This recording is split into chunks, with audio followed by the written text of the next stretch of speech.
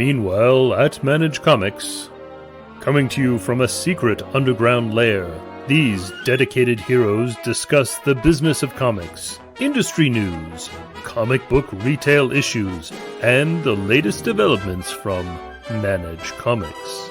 They are promoters of comics, champions of small business, and four-color heroes. They are the Manage Comics team.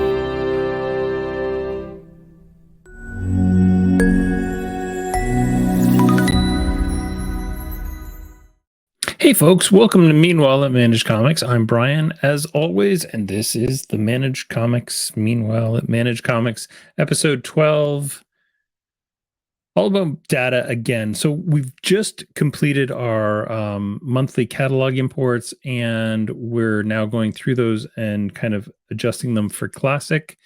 It's taken us a little while longer than normal to get our data ducks in an order, and I don't think they're quite there yet. We're still trying to figure out a couple of things and what's wrong with them.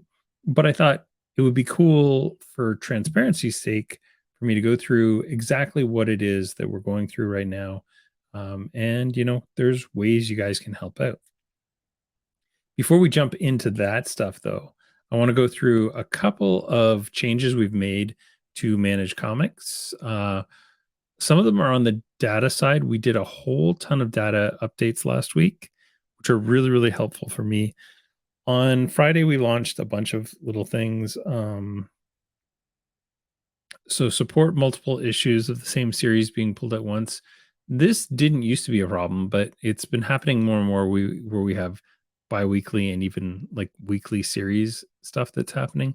So for example, if you were to get 5 copies of Amazing Ambush Bug and you had 7 subscribers, and so the next time that you get Amazing Ambush Bug, if you got your replacement copies for the old ones and new copies of the new episode issue, then Managed Comics would only pull the old issue and not the new issue. And the way that you can get around that is then by doing a subsequent pull of the new issue, and it'll pull everything in. You don't have to do that anymore. Now Managed Comics remembers, okay, I already did 13, but I haven't done 14. So now I'll pull in 14. That is out now and has been working for just over, I think, almost 2 weeks at this point. Universal distribution data files, we did some changes to them because there's apparently 2 different files. So the ones that we did all our tests on worked fine, but then people started getting them and there were entirely different files. So we fixed it so that it works for both. And you'll find information about where to get your invoices for check-in. Down here, it explains where you go on Universal to get your invoices. Moving along, we added some extra CSS styles for pagination and buttons. So if I were to go to Longbox of Comics and get in here, the pagination on these pages were pretty ugly on certain things, so we've changed them so they actually use your button styles. Apparently I've got them overridden here. A better example is probably Challengers. I know theirs is actually using the current styles. So if I go to DC, it looks really nice now.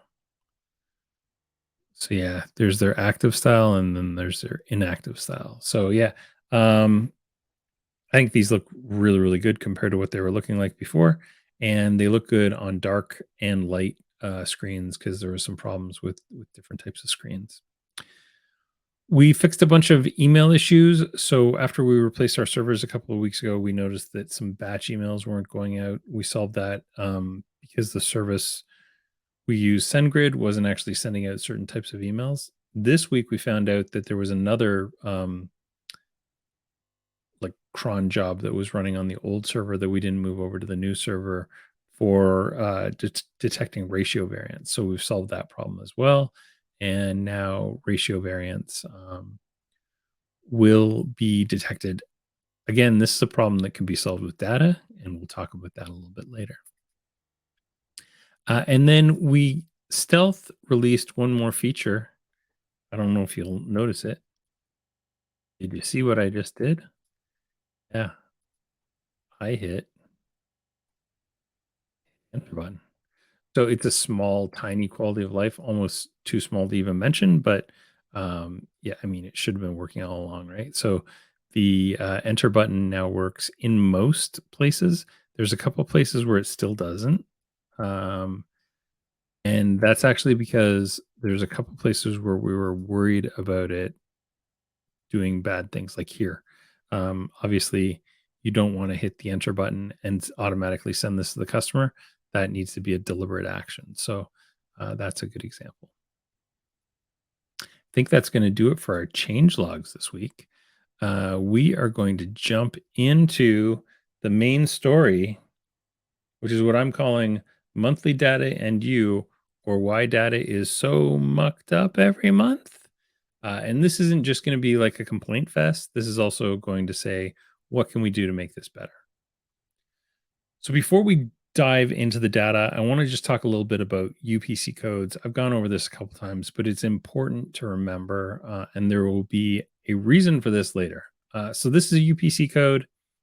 The first digit, the number 7, represents the type of UPC. I think for comics we only get 2. It's like 7 and 9. There might be a 6 in there too. I feel like I've seen an 8 from time to time.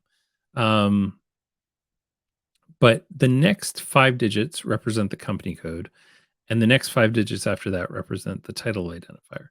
So if you take those first 11 digits, um, Batman is unique. Batman will always be a specific set of 11 digits. This set of 11 digits here represents Dark Crisis, Young Justice, number 1. Cover 2. How do I know it's cover 2? Because the final 5 identifiers represent 001, issue 1, 2, which represents the B cover, and then 1, which represents the printing.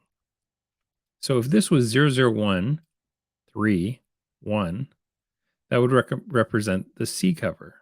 Even if Lunar identifies Wonder Woman 798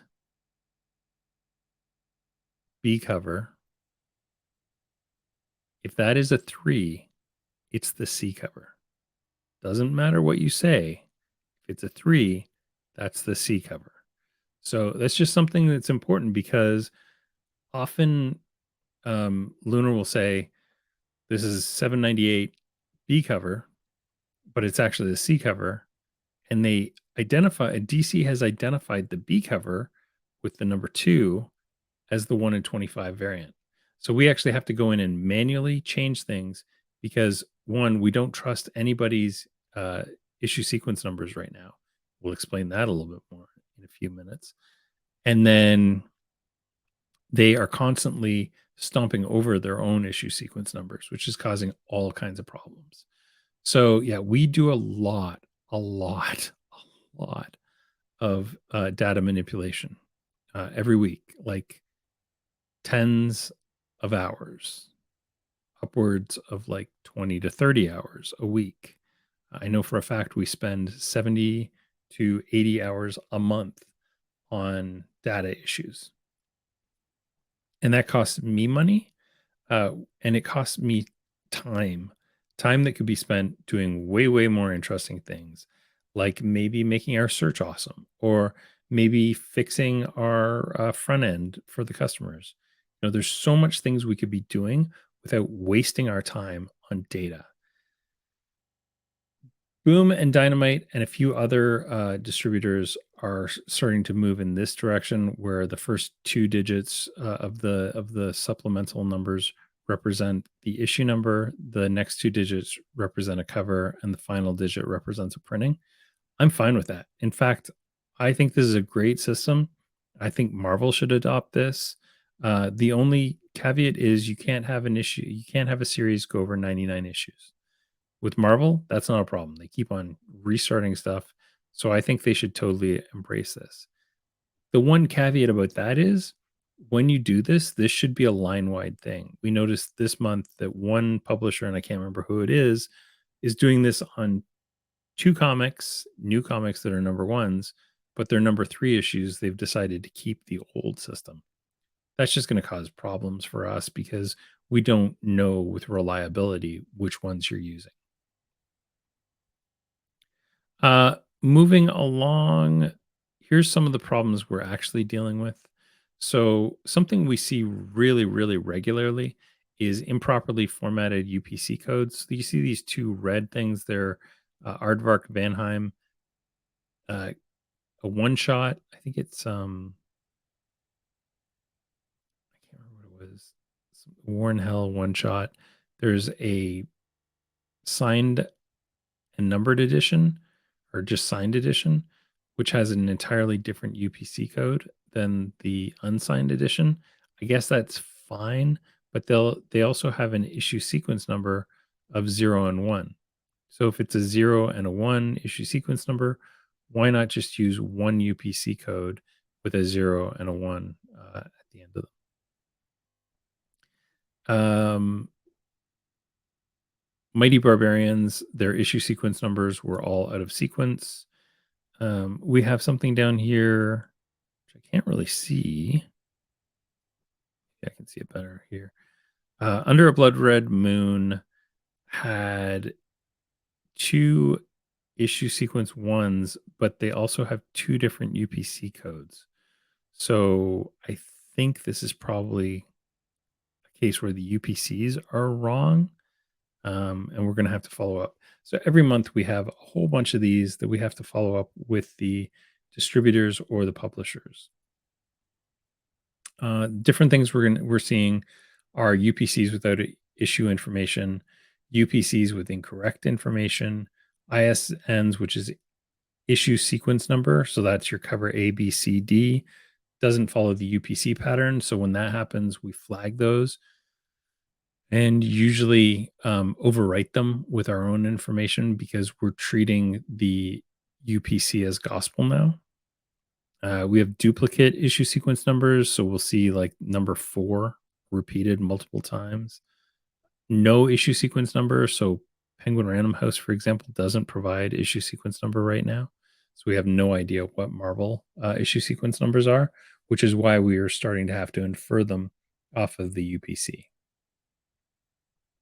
Other things we're regularly seeing missing issue numbers. So this is Berserker Poetry of Madness number 1. Even though it's a one shot, it should have an issue number of 1. Series code, it should have a series code that is representative of the UPC code. One of the reasons that would be super helpful to us is because then we could actually tie all of the covers together, especially with a thing like Berserker, where they're going to have, 87 different covers. We need to be able to tie them all together so that we've got one Berserker listing and then somebody can select which covers they want off that. We're often missing creator information or the incorrect creator information comes out. There was an instance quite a while ago where Diamond published all of Marvel's titles with Chip Zdarsky as the creator. There was also a time fairly recently that Penguin Random House did something similar, but they like let us know immediately and they actually reached out to us and said, please fix this. And we did like instantly. But when we don't know that information, we can't fix it. Different info between distributors. So sometimes what we see is there'll be different identifying information between Diamond and Penguin Random House. There may be things like different series codes are not a big deal to us, but things like maybe a different UPC. So we've seen that a few times where Penguin's UPC is different than Diamond's, and honestly, we treat Penguin's UPCs as gospel now because Diamond is getting that information from somebody else. And things like mixed series codes. So we've seen this quite a bit in the past where, for example, Shadow War from DC was using the series code of Robin, We see this with a lot of the Pride titles, where one Pride title will use the series code of another Pride title. We've seen this with a bunch of the DC stuff, I think. But this month's Night Terrors is a whole new nightmare that we haven't had to deal with before, and we're not exactly sure what we're going to do with it. Um, the UPC code for Batman is it ends in 828. The UPC code with Night Terrors Batman ends with 940. So they should be different series codes, but both of them have a lunar series code of 136313. So from our standpoint, like some of the rules we live by is that a series can only ever have a single number one issue, can't have multiple number one issues. Every time a UPC code changes, that series code should change. So we're going to try and figure out how to deal with this one.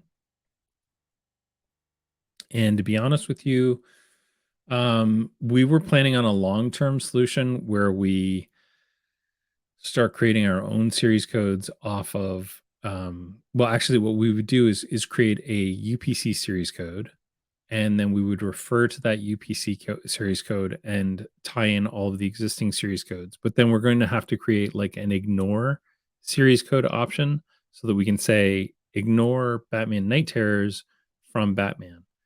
We had planned on doing this over a number of months because this isn't a simple change. This is a fairly significant change.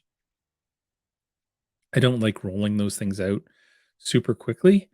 Um, yeah. So and we'd figured out that we would create those series codes. We'd monitor those series codes, and then when something went weird, we would figure out what to do.